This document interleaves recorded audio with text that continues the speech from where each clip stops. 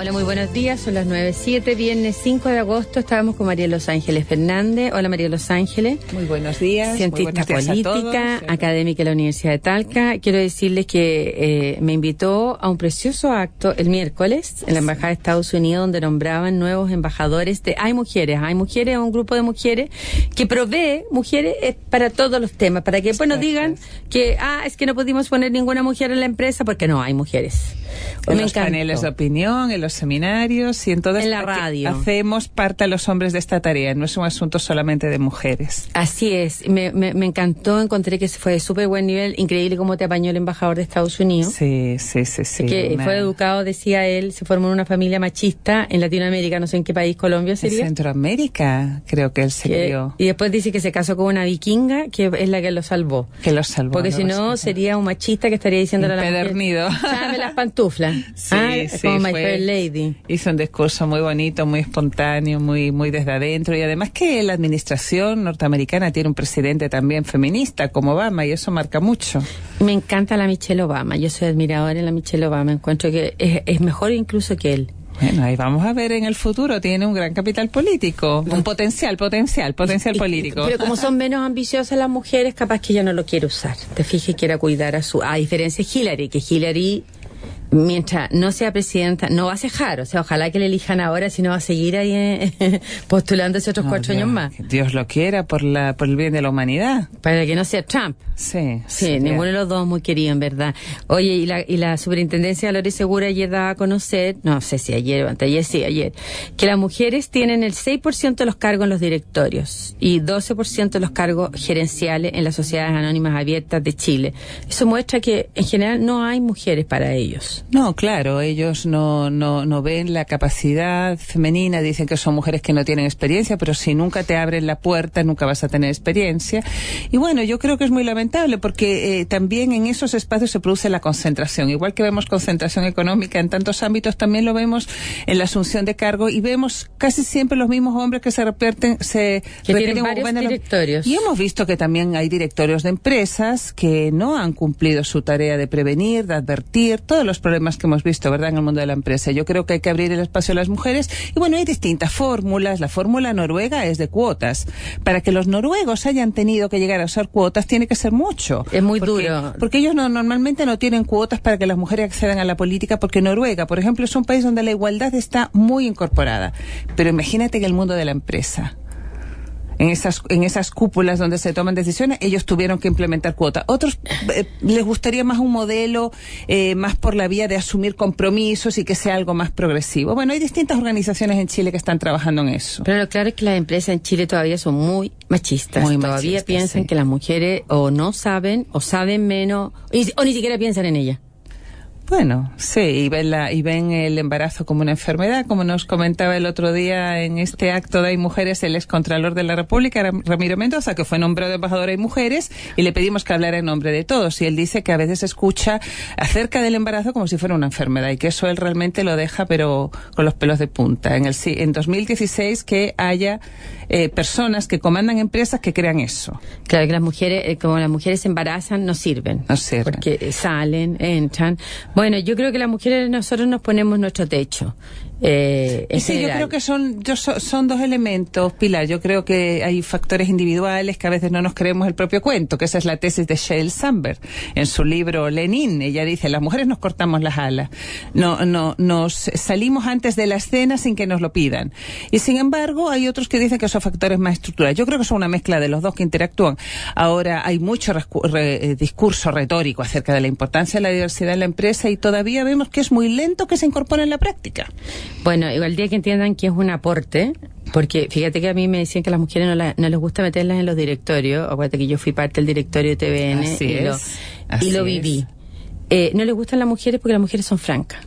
Y van de frente. Y uno plantea las cosas tal como son. Uno dice, mira, el tema, yo lo que veo es esto, y luego yo exijo entonces la verdad incómoda, Entonces, mejor, si ahí galla, ¿por qué no te galláis? Que la tera. En cambio, cuando vamos todos navegando felices a velocidad pero crucero, han tenido los resultados que han tenido, pues Pilar, hay muchos directores de empresas que no cumplieron con un principio diligente de hacer preguntas, de advertir, de controlar, y por eso hoy día también hay todo un debate acerca de cómo mejorar los gobiernos corporativos. Y eso pasa hay muchos elementos, pero pasa por la diversidad. Y hay tantas cifras que demuestran que aquellas economías que tienen más incorporadas a las mujeres, no solamente en la fuerza laboral, sino también en los lugares donde se toman decisiones, son economías que les va mejor, que lo que yo siempre digo, este país está perdiendo plata a raudales. Se lo está perdiendo gratis, claro. Que sí. Hola Pablo Ortúzar, ¿cómo estás? ¿Y qué te pasó? Hola, bien, ¿no? Un atraso en el metro. Típico, ya es habitual. Bueno, por lo menos no fue en el Transantiago que le toque alguna vez al metro. Bueno, ayer salieron las encuestas de Adimark, ¿no es cierto? Y la de Seth Morin, la de Adimark, la presidenta sigue más o menos lo mismo, con 73% rechazo y 22% de apoyo. La ministra Blanco, definitivamente reproba, lo más bajo que ha obtenido nunca alguien en una encuesta. Sí. Se hundió. 19% aprobación y casi 80% rechazo, 79%. Y a mí lo que me preocupa es que todas las áreas de gestión de este gobierno están en rojo, salvo relaciones exteriores, que ya es habitual. Este gobierno no califica y reprueba en todo, salvo relaciones exteriores y medio ambiente. En delincuencia tiene 7% de aprobación, en educación y en economía 20. Estamos hablando 20 de 100. En salud 21 y en empleo 22. Y por tercer mes consecutivo, cosa novedosa, más gente se identifica con la oposición, el 34%, que con el gobierno. Mira tú, o sea, quizá está cambiando, que va a haber un trasvasije, porque lo que siempre conversábamos es que por qué la derecha no capitaliza, pero yo siempre digo que la oposición va a capitalizar cuando hayan elecciones. Ahora, habría que ver si es que en el fondo el concepto de oposición dentro de la pregunta implica que uno sea Revolución oposición democrática.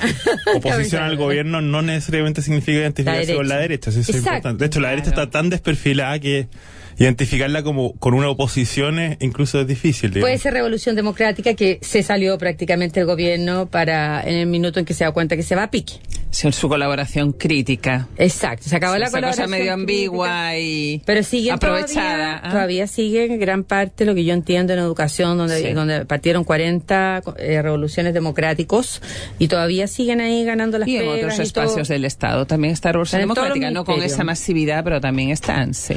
Con la relación entre el gobierno y Revolución Democrática es justamente la relación de Bachelet con el estudiantado, en el fondo una cosa ambigua, en que ella siente una preferencia, digamos, un poco unilateral por ellos, y ellos se dejan querer mientras les conviene, pero cuando pueden le pegan el zarpazo, digamos. Entonces, es una cosa personal, claro. Sí, es que es raro. En el fondo consiguieron los cupos también para el Parlamento. Hoy día leí un artículo en el Mercurio de David Gallagher, que encontré excesivamente conservador, plantea que este gobierno sería populista y un montón de cosas que yo considero erróneas, pero en lo que sí tiene razón es que es muy equivocado que un gobierno pretenda gobernar para un grupo de presión o identificar en el fondo las necesidades del país con las demandas del que está en la calle, y entrar en la lógica de comprometerse siempre con el que sale a marchar y que la agenda la lleve a la calle, es obviamente un error político grave. Yo creo que es lo que se dio el gobierno, o sea, es lo que se dio la clase política el 2011 y que este gobierno convirtió en programa, y eso es un problema. Y de hecho el problema lo están viviendo, ¿no? Pero mira, Pablo, el tema es más profundo. En Chile, o te vas de la democracia representativa a la calle. No tenemos como canales intermedios. Es cierto. Es un poco lo que está pasando también con el movimiento contra la AFP.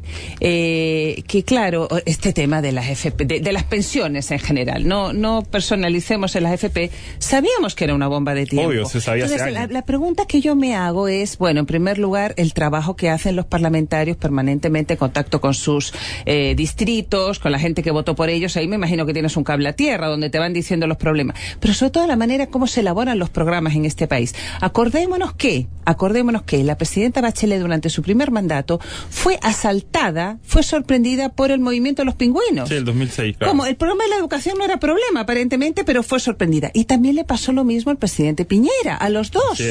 Les pasó igual. El presidente Piñera, yo me acuerdo, el primer año, el ministro Lavín, ministro de Educación, dijo, me acuerdo haberlo escuchado en un foro diciendo que para el gobierno del presidente Piñera la educación superior, el primer año le dijo, no iba a ser una prioridad, iba a ser la educación media y seguramente la primera infancia, la educación, y vinieron, el movimiento 2011. Entonces yo digo, ¿cómo se hacen los programas? Claro, los programas se hacen además cada día en grupos muy cerrados, porque obviamente entrar ahí, tú ya entras en el primer círculo del poder. O sea, ni tanto, yo estuve a cargo de cultura con Matei y la verdad es que estaba bien lejos de todos los círculos del poder. Bueno, pero por ahí no llegaste, pues no, a lo mejor algo pasó ahí que... No era prioridad cultura. Hasta que planteamos que había que poner la farándula en horario de adultos, limitar el morbo en la televisión abierta. Pero hoy día, by the way, casi no hay programación infantil. Hay una campaña prácticamente no hay para que vuelva un poco algo de programación infantil a la televisión. Y ahí saltaron todos porque contaron que era terrible, que esto era un atentado a la libertad de expresión. Pero antes de eso, la verdad es que no nos pescaron mucho. La programación infantil tiene un punto. Lo que pasa es que las familias y las madres y los padres dejan que sus hijos vean las teleseries que son para adultos. Y los niños, en vez de acostarse a la hora de las noticias, ven las noticias, están después de la... Pero en realidad, si uno se mete a la televisión, hay televisión basura, digamos, y morbosa todo el día, digamos, de 24/7. Entonces no...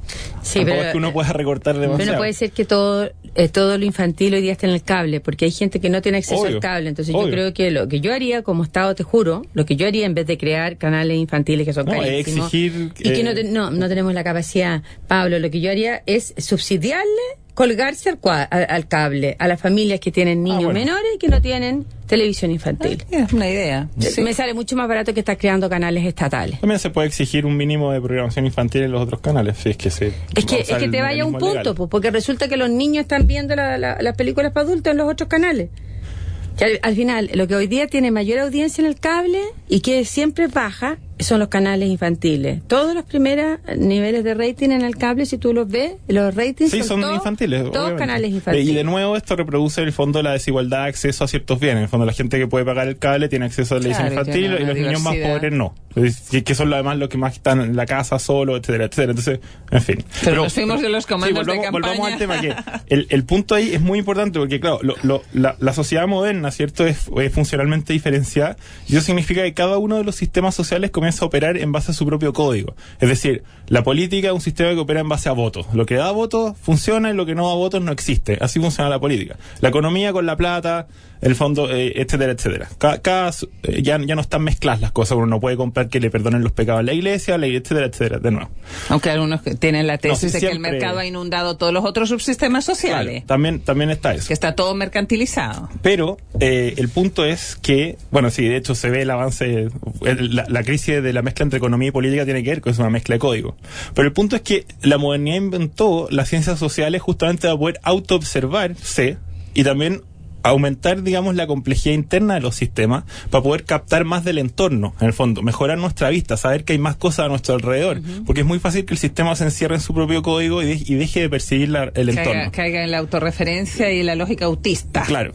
Y para evitar eso es que se inventan las ciencias sociales para poder observar el entorno e introducir esa información y volverse entonces más susceptible a lo que está pasando alrededor. Y en Chile, cuando nosotros venimos diciendo hace años que en el fondo la falta de idea, la miseria intelectual del debate público tiene mucho que ver con esto. La autorreflexividad, ¿no? La falta de autorreflexividad. Entonces, el desprecio por generar plataformas que permitan observar el entorno y estar más atento a lo que está pasando y al mismo tiempo producir soluciones más complejas, más reflexivas, no existe. No existen los partidos políticos, no existen las empresas y eso es parte de la razón por la cual están implotando, digamos, todos estos sistemas hoy día. Es una tesis. Sí, una tesis. Bueno, la encuesta de Sergio Mori ayer dijo que Lagos y Piñera empatarían en una presidencial el año 2017. ¿Te imaginas? Seguimos, ¿Te imaginas ese panorama? Los presidentes del pasado siguen siendo los presidentes del futuro en este país. Así es. Y Meo fuera de la lista de los políticos con más futuro. A él sí que le ha hecho daño el tema que no ha sido capaz de responder todavía por el avión prestado por 2 meses. Como que ya no fue ya. Como que ya no fue, pero te advierto que la investigación avanza a cero. No, me refiero como que ya no respondió. Y Cristian Barnes, eso está con cero avance. O sea, él debiera tomárselo, porque yo creo que aquí no hay una disposición a actuar judicialmente contra él.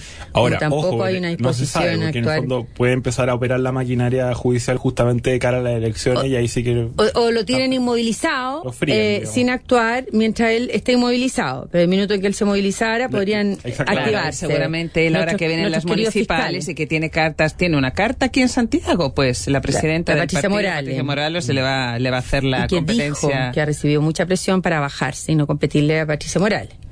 Va a la Carolina Toa, me imagino, claro. En una de pero generalmente son cartas guardadas. No creo que puede ser, digamos. Si es que hay alguna intencionalidad política en no procesar, en no hacer avanzar ese caso, sería la intención de usarlo cuando... Por supuesto. Cuando se digitan en determinados momentos según si... Yo creo que por eso hay mucha gente que aquí está arriba del trapecio y no están seguros si van a caer o no van a caer. Va a depender saber de que hay personas que están actuando políticamente dentro del Ministerio Público que los van a hacer caer o no y que reciben o no reciben presión. Está el mismo caso de la Carolina Toá, de la alcaldesa de Santiago, que podría pasar a ser imputada eventualmente. Pero no lo van a hacer, aparentemente. También hay varios colaboradores de ella, porque tu Canales, cayó Claudio Canales, que también fue un periodista que trabajó en la página web de ella en su campaña municipal, que recibió esta suspensión condicional de procedimiento esta semana.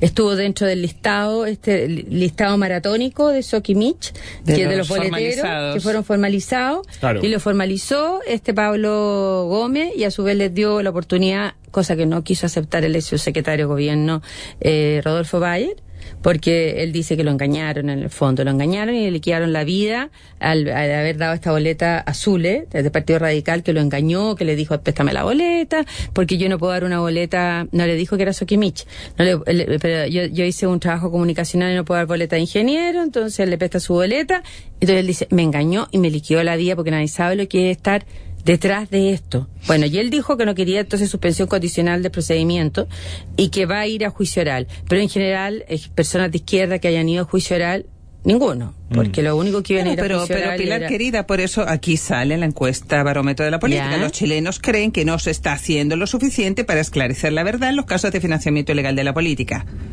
O sea, la gente cree que no se está haciendo lo suficiente. Habría que hurguear más en esto. Si es que la gente cree que realmente se está tocando a unos versus otros están pasando más desapercibidos. Yo creo que esto es gravísimo. Yo creo que eso ya está asentado, que aquí la justicia no es más justa con unos que con otros. Sí, esto está. No es ciega, es tuertita. O sea, lo que ha pasado con el servicio de impuestos internos es increíble. El deterioro de las instituciones. Qué pena. Impresionante, sí. Impresionante el manoseo. Yo le llamo el manoseo. No suena muy elegante, pero si mira el ensañamiento de la fiscal Chong, que trató de que Orpi se quedara en la cárcel, y estaba indignada porque ayer se revisaron las cautelares. ¿Qué cuestión de mirarlo? Bueno, es cuestión de mirarlo y ver que el gallo se está desarmando, ¿cachai? Entonces que el tipo además no va a salir arrancando su casa y que restituyó todas las platas, todo el perjuicio fiscal, de todo. Pero veamos, igual hay que mirar esto un poco más de lejos. O sea, obviamente puede haber una intencionalidad política en las persecuciones, digamos, que se deja traslucir, pero también esta actitud de los jueces de mandar gente a la cárcel y etcétera. Estoy de acuerdo. Tiene que ver con un fenómeno más amplio, digamos, que en contexto de crisis política, de crisis social, en términos de representación, las comunidades humanas no son muy inteligentes y generalmente lo que buscan es un culpable, culpar a alguien de todos los males de la sociedad y sacrificarlo y ver si así se arreglan las cosas. Y eso lo hemos visto a todo nivel, digamos, no solamente contra los políticos. Los jueces son muy permeables a este como clima social. De circo público. Claro, pero también, por ejemplo, vean el caso la cosa sacrificial, como dices tú a veces. Vean el caso de estos tipos que persiguen por 2 kilómetros al tipo que le había robado el auto, lo bajan y lo matan. Impresionante. Y cuánta gente justificando, apoyando esta medida como si fuera justicia divina, agarrar a alguien en una zanja y matarlo a patas, digamos. Claro. Entonces, eso es ese tipo de cosas. Y querían funar después, antes de eso querían funar a una jueza que no me acuerdo qué había hecho, o a la misma jueza. De haber dejado libre a alguien. O fue el mismo caso, que la jueza lo dejó a ellos con prisión preventiva, porque obviamente alguien que mata a patas a otra persona es peligroso, digamos. Y querían ir a funarla, porque en el fondo estos tipos supuestamente eran unos héroes, etcétera, etcétera. Entonces, hay que ver que cuando la sociedad comienza a desordenarse, esta cosa sacrificial de buscar culpables y terminar con ellos a ver si saca el problema, empieza a cundir también. Y es el caos. Bueno, pero a la misma Jimena Chong le preguntaban, un grupo de diputados UDI el fin de semana pasado le decían que dejara de ella marketearse a costa de Orpi y que investigue los 3.000 exonerados donde no avanza nada. Los 3.000 exonerados políticos, causa que tiene ella, es una de las que tiene las causas de gente que está cobrando pensiones. Sí, yo digo que se mezclan las cosas aquí, porque puede haber una intención política, pero también está esta idea de que paguen estos tipos, que vayan a la cárcel. Pasó antes también con muchos tipos de delitos económicos, estos de cuello y corbata, que también los mandaban a prisión preventiva, a pesar de que evidentemente no eran un peligro para la sociedad, pero era una especie de justamente de acción sacrificial, digamos, que estos tipos pisen la cárcel de una vez, etc. Crucificarlo. Pero has visto tú los tweets de la Jimena Chong, que los bajó, pero yo se los agarré el año pasado, una vez me metí en sus tweets. Pensar que la única solución al problema de la delincuencia es aumentar las penas es miope y populista. Sí, eso es verdad, siempre me guiñó a la idea de una asamblea constitucional. Ahora estoy segura que es la única salida. Otro, ir al Estadio Nacional. Si va al Estadio Nacional, no olvide que ahí hubo detención y tortura. Un pueblo sin memoria es un pueblo sin futuro. Ella es una fiscal militante activista. Entonces, que eso es lo que yo creo que se le nota finalmente cuando actúa con saña contra un tipo obviamente que los fiscales tienen tendencias políticas y todos tienen tendencias políticas. Ahora, la pregunta también es ¿por qué la derecha no está produciendo vocaciones judiciales, digamos, también? Porque de hecho en los enclaves donde salen abogados de derecha, por ejemplo, en la Universidad Católica, a todo el mundo le gusta irse a meter Isidora Goyenechea ahí a tomar café en el Starbucks y trabajar hasta las 2 de la mañana. Todo porque tú tenés tu oficina en el golf, así que... Bueno, sí, ahí los veo, los puedo observar, digamos. Observación, buena observación, y no participativa, parece. Parte la burbuja.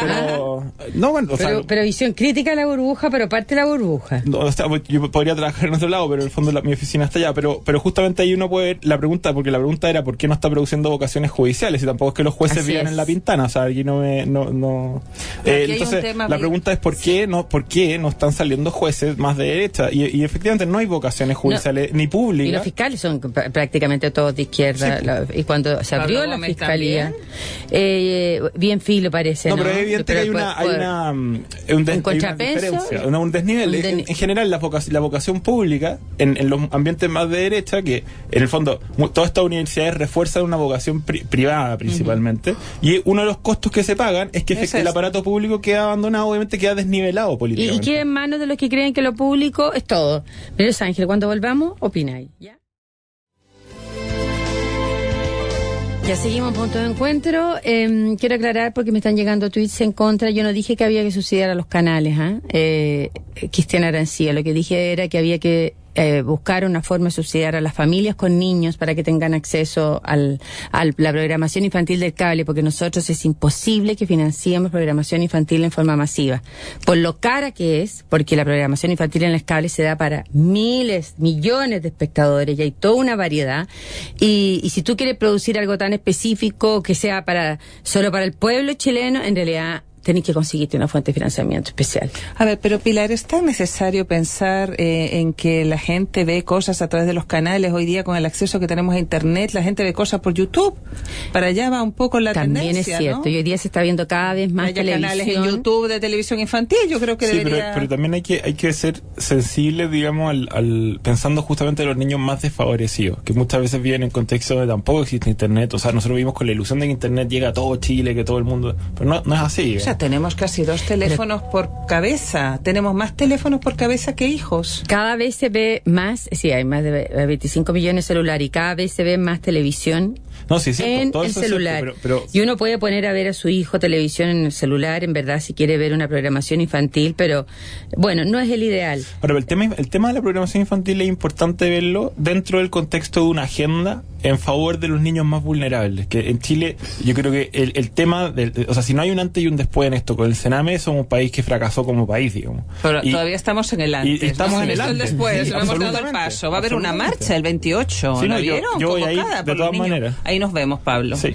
Eleonoya dice, la reacción de los que asesinaron al delincuente se debe al actuar del Poder Judicial. Indignación frente a la impunidad delictual establecida por los jueces garantistas, preocupados por culpar a parlamentarios por leyes mal hechas que por hacer justicia. Y a propósito, María Los Ángeles, tú decías que también ahora recién acaban de linchar a otro delincuente. No, que acaban de darle una golpiza, estoy viendo en Twitter, habría que corroborar esta información, pero es el Twitter de una persona que me merece crédito. Es bien patético lo que está pasando, ¿no? Porque golpiza tras asaltar a niño en Iquique, a un delincuente. Bueno, cuando las democracias dejan de ser eficientes y eficaces y no aseguran el Estado de Derecho, es lo que empieza a pasar. A mí me tiene horrorizado, porque tú lo que está pasando en el sur, donde ayer quemaron la iglesia o templo número 16 en la Araucanía, y además se echaron 2 torres de alta tensión. Por primera vez que yo vea, le cortaron, como quien dice, con cierre la base, y se echaron 2 torres de alta tensión.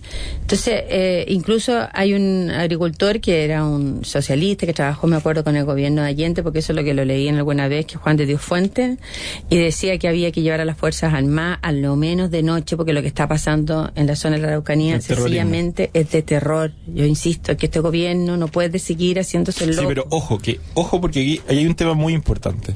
En contextos donde la autoridad política no está bien constituida, aplicar la represión, digamos, sin ton ni son, y como sea, pretendiendo que a través de la violencia se va a solucionar un problema político, es un error. Hay que darle cauce político a estos problemas, usando de manera inteligente también la fuerza pública, pero no pretender que la fuerza pública por sí sola va a solucionar el tema. Porque la derecha aquí siempre sale y dice, no, aquí la ley y el orden público, pero entender el orden público como agarrar a tiros o a palos a la gente no es orden público. Yo lo que he estado viendo es que la Comisión Presidencial para enfrentar el tema de la Araucanía está viendo el caso de Colombia. Sí, por el diálogo con las FARC. Pero el gobierno eligió ahí un papel de observador. Y el caso es que esta mesa no pasa nada, porque la violencia sigue igual.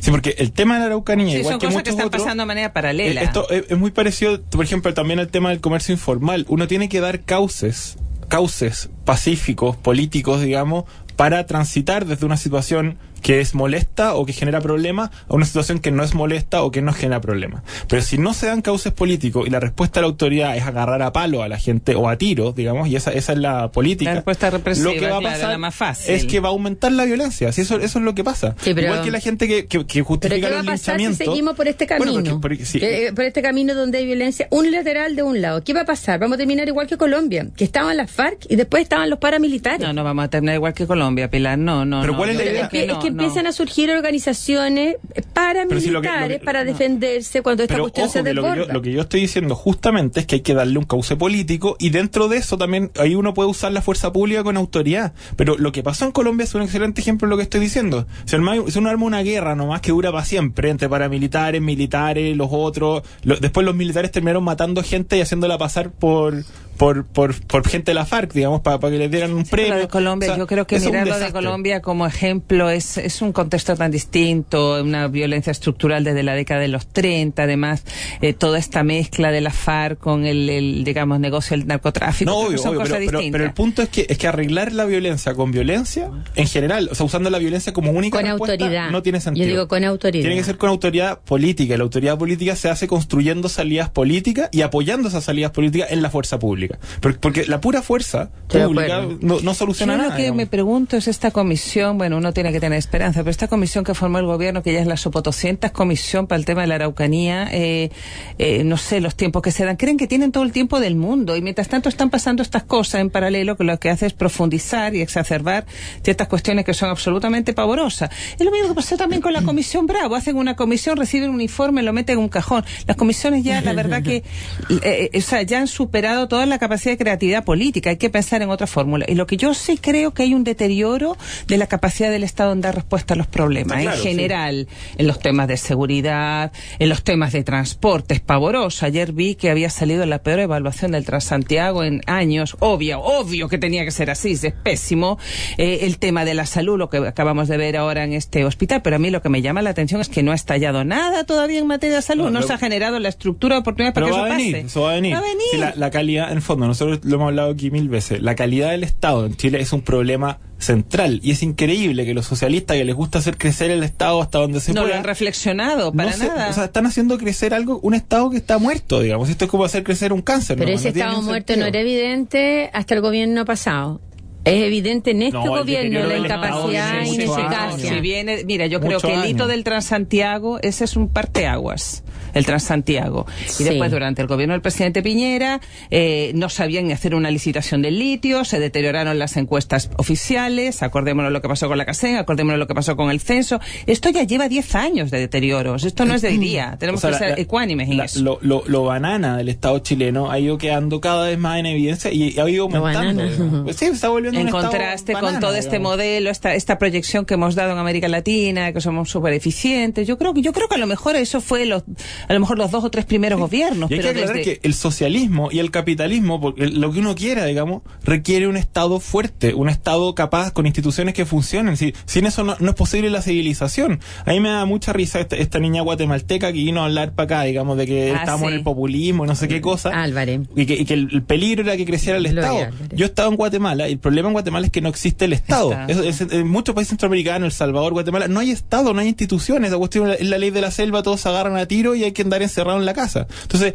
yo no entiendo de dónde salen los liberales guatemaltecos, me pareció muy curioso, pero en el fondo hay que entender que más allá de la ideología que uno tenga, tener un Estado fuerte, donde las leyes, digamos, que funcione, donde haya Estado de Derecho, es algo muy necesario y donde la burocracia sea profesional y más o menos independiente. Bueno, se supone que ahora creo que aprobaron algo sobre la alta dirección pública, pero eso es absolutamente insuficiente. Hay que hacer una reingeniería. Yo lo he dicho en este programa, creo que se necesitaría volver a generar una iniciativa parecida a lo que fue el Consorcio para la Reforma del Estado, que lo impulsó Perelloma, ¿no? Eso fue Perelloma en el 2007. Claro. Lo presentó en ICAR y ahí se juntaron un conjunto de instituciones entre centros de pensamiento y universidades que sacaron un libro bien contundente acerca de cómo pensar el Estado en sus distintas dimensiones, desde los recursos humanos, desde todos los aspectos que tienen que ver con la descentralización. Y yo creo que el gobierno del presidente Piñera tomó algunas cosas ahí. Sí. La Deliberate Unit, por ejemplo, lo que fue la unidad de gestión presidencial, pero hace falta un nuevo impulso.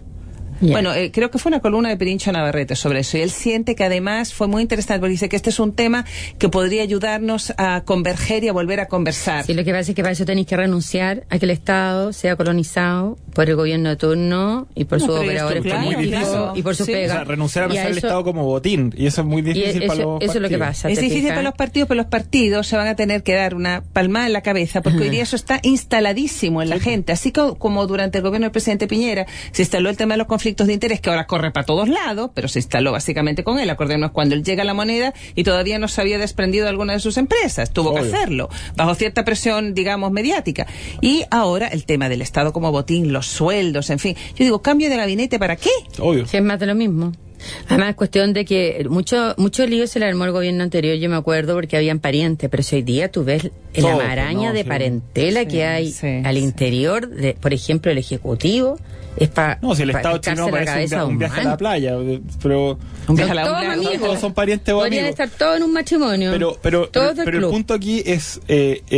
Aunque se supone que la G90, perdona Pablo, rompió esto, porque la G90 era un grupo de jóvenes formados al alero de las estructuras partidarias que presumían o asumían ser más meritocráticos porque no forman parte de estas redes de entraron al Estado con una red de amigos, pitutos. Pero instalaron, intentaron instalar algo parecido. Y terminaron siendo los peores porque resulta que ellos son de los que armaron todo el financiamiento ilegal en función a empresas. Sí, pues eso más que integración meritocrática era como una mexicana, digamos. Claro. Pero reivindicaban mérito. Sí, pero digo que era como una mexicana mérito, que le están quitando el botín a otra. Claro. Era como una pandilla quitándole el botín a otra. Porque más que no una sustitución, reemplazo, sí. Claro, era una promesa porque eran de coronel, que era gente de origen modesto, pero terminaron siendo peores. Yo creo que este tema del Estado como botín hoy día está muy instalado y creo que ojalá haya algún tipo de encuesta que mida mejor esto en detalle, porque yo creo que forma parte de las molestias y la irritación que tiene la ciudadanía. Además que hay otros temas que no pueden avanzar si no avanzamos en este asunto, como la descentralización. Lógico. Hoy día descentralizar, digamos, tiremos más atribución a las regiones, es empoderar en la corrupción, porque uno ve los niveles de corrupción municipal en Chile son todos delirantes. Viajando los concejales, por ejemplo. No, los concejales uno viaja a Europa a capacitarse. En playa de la Costa Azul. Vamos al tema previsional, que siguen disparando todos sobre José Piñera y su hermano Sebastián incluso se desmarcó de su hermano, lo que es bien insólito, porque en realidad... No tiene nada insólito, pero bueno. No, pero la historia los que conocen los intríngulis. Hacerlo públicamente para que cuando finalmente los dos están detrás de lo mismo, tratando de defender el sistema de las AFP, y ayer de hecho hizo propuestas que son básicamente las mismas propuestas que podría hacer José Piñera, que es subir gradualmente las cotizaciones, ¿no es cierto?, con cargo a los empleadores, postergarle a jubilación o aumentar el tiempo en que las personas están activas, y subir también el pilar solidario, que hoy día hay un consenso. El problema es que Hacienda no tiene plata y eso es lo que los tiene entrampados. Ayer hubo el comité de ministros que discute estos temas. 3 horas. No hubo ningún acuerdo. Creo que la presidenta dirimirá 3 horas discutiendo. Sí, la pregunta es si van a abandonar el fetiche del movimiento estudiantil en favor de beneficiar a los más vulnerables, a los niños y a los viejos, y no parecen atraerse, digamos. No hay plata para mejorar el pilar solidario, parece que no hay plata ni siquiera para hacer la AFP estatal, que según el informe financiero son 100 millones de dólares. No hay plata ni para la Universidad O'Higgins. Y la Universidad de Aysén. La Aysén ya parece que desapareció. Pero hay plata, porque en eso ya les han pasado 5.000 millones, 5.000 y tantos millones le pasaron a la Aysén, no sea la de O'Higgins. Entonces, O'Higgins estaba viendo que hay un concurso de académicos por ahí. 40 académicos lo llamaron. O abandonan el fetiche universitario, porque ahí hay plata, efectivamente. Y de hecho no sé cuánto costaría arreglar el tema del Sename, o al menos mejorarlo para que te imaginas abandonar el fetiche con lo que tú llamas el fetiche universitario, porque claro, que hay un tema de un costo de alternativas, ¿no? Tú tienes que ver, y la verdad que el ministro de Hacienda está muy, muy complicado. El hecho que desde el seno de la nueva mayoría surjan intenciones de interpelarlo, que desde del propio oficialismo es una señal. Lorenzini fue, y después se retractó, pero ya lo hizo. Porque ahí el ministro del Interior trata, pero hay un tema ahí, el ministro de Hacienda está muy solo. Por eso matar al mensajero, porque en el fondo la olla o sea, ya están más allá del raspado de la olla, y eso no lo va a arreglar interpelación al ministro. Es que están desesperados los parlamentarios, demócratas cristianos y los demás, porque necesitan en el fondo aparecer que están solidarizando con la demanda. Tenemos las elecciones, además, frente a las elecciones. Aquí se notan los chantas que son. Porque en el fondo la política existe como mediación, y para poder fijar prioridades y argumentar, digamos, mostrar, eso es tener capacidad de liderazgo político. Es decir, mire, usted, su problema es importante, pero no es el prioritario, porque hay gente que necesita más atención política y más recursos. Bueno, eso como consiste, los niños, salir como los ancianos. Y explicarlo frente a la sociedad. Y eso es lo que da autoridad política. En cambio aquí, estos gallos andan detrás de los grupos de interés, digamos, casi que pidiéndoles disculpas. Es patético. Y engañándolos, diciéndole que todo se soluciona, por ejemplo, con una AFP estatal, que todo el mundo sabe que es un espejismo. Bueno, pero el caso es que no van a llegar a acuerdo, porque se supone que cuando la presidenta va a hablar, como dice el ministro Díaz, como que dice, va a hablar el gurú, la diosa del Olimpo. Esto es un país presidencial. Claro, pero el comité de ministros, ella o cualquier otro, cuando habla el presidente, es importante. Va a decidir, pero resulta que ¿qué va a decidir si ella puso en el comité de ministros a 2 ministros del Partido Comunista, que no jamás le van a dar la pasada al ministro de Hacienda, Tabarraza y la ministra Alcernam? Aquí de nuevo se muestra que Chile tiene, tenemos limitaciones estructurales para el populismo, pero también se ve que Chile no es populista, en el sentido que ¿cómo solucionan los líderes populistas este tipo de problemas? Bueno, con inflación, acusando, digamos, a la oposición o al imperio o a cualquier persona el problema. Y el gobierno básicamente está recibiendo los tiros porque cometieron un error grave. Bueno, pero están presionando al ministro de Hacienda para que use los fondos soberanos, que son los ahorritos, esta plata que tenemos por allá, ¿verdad? Hoy día nuestra deuda, la deuda fiscal, digamos, ya sobrepasó los fondos soberanos, o sea, estamos negativos. De que le han hecho un daño económico al país, que este gobierno le ha hecho un daño económico al país, eso es innegable. Pero es distinto eso al populismo. El socialismo siempre genera daño económico en general, digamos, pero es distinto a ser populista. Vamos a ver además la encuesta que hacen, que la tienen retenida. Vamos a ver qué ha pasado con la pobreza desde 2013 en adelante y con la desigualdad. Vamos a ver. Por algo no la han dado a conocer todavía. La otra vez también rechazaron la encuesta de Piñera, que traía pura buena noticia, que era que había bajado la desigualdad y había bajado la pobreza. A mí lo que me llama mucho la atención es la incapacidad de la derecha de asumir liderazgo justamente en la agenda de proteger a los más débiles. En el caso Sename, en el caso de los vendedores ambulantes, en el caso de los ancianos, digamos. Ahí, en el fondo, la posición de la derecha, que es como ley y orden, a cualquier costo y sin ninguna como sensibilidad social, es bien absurda. Bueno, después de lo que vimos en Las Condes, entre De la Maza, el contubernio entre De la Maza y Lavín, olvídate, o sea, en eso está la derecha, haciendo como operaciones fácticas. Están metidos jugando a la silla musical. El tema de las pensiones, reconozcamos, todo es reactivo, pero ya antes de que estallara la marcha famosa, cuando se modificaron las tasas de mortalidad, ahí la DC se avispó, porque además es su electorado, y empezaron a plantearlo. Y por eso son ellos los que presionan. Pero todo reactivo. Yo digo, menos mal que tenemos el informe de la Comisión Bravo. Sí, pues, ¿Te imaginas que hubiera que tener ahora que armar una comisión para esto? Por lo menos hay elementos. Hay una base, hay algo sobre lo que se puede trabajar. Sí, menos mal. Pero los demócratas cristianos, ¿te acuerdas? Un grupo parlamentario muy inteligente propuso ahora como una propuesta para solucionar el problema de las bajas pensiones, que se pueda retirar el 25% de los fondos para vivienda. De manera que las personas que hoy día tienen bajas pensiones obtendrían pensiones miserables, estarían condenados a la pensión básica solidaria. Pero también en este caso se ve la incapacidad de los políticos de contar malas noticias. Si al final es efectivo... Asumir los costos. Y decirme, ¿sabe qué?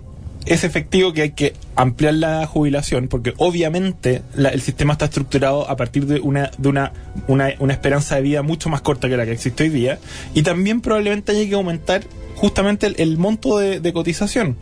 Hay que ver a quién se le carga, etcétera, etcétera. Pero ninguna solución que implique costos, que implique esfuerzo extra, un problema, los políticos están dispuestos a comunicarla. Entonces, al final terminamos esperando a ver si encontramos petróleo como Noruega, digamos, en la Patagonia, y ahí se arregla la solución. Nosotros tenemos litio. No, pero yo he leído que el empresariado hay una disposición, se dan cuenta que eso es un problema social grave, y si el gobierno debería advertir que aquí hay una oportunidad para empezar a solucionar y hacer carne esto de la agenda público-privada, no sé. Obvio. Dejar atrás la retroexcavadora. Yo creo que esto puede ser no, por otro tenemos que ir, porque si no ya me están ofreciendo cortarme el cogote. Pablo Ortúzar y María Lozano. Ya terminamos tan rápido. Esto fue, pero visto y no visto. Qué pena. Pucha, nos quedamos con la mitad de las cosas por adentro. Ya, este otro viernes nos juntamos de nuevo. Muchas gracias y que tengan ustedes un buen fin de semana. Que disfruten. Chao.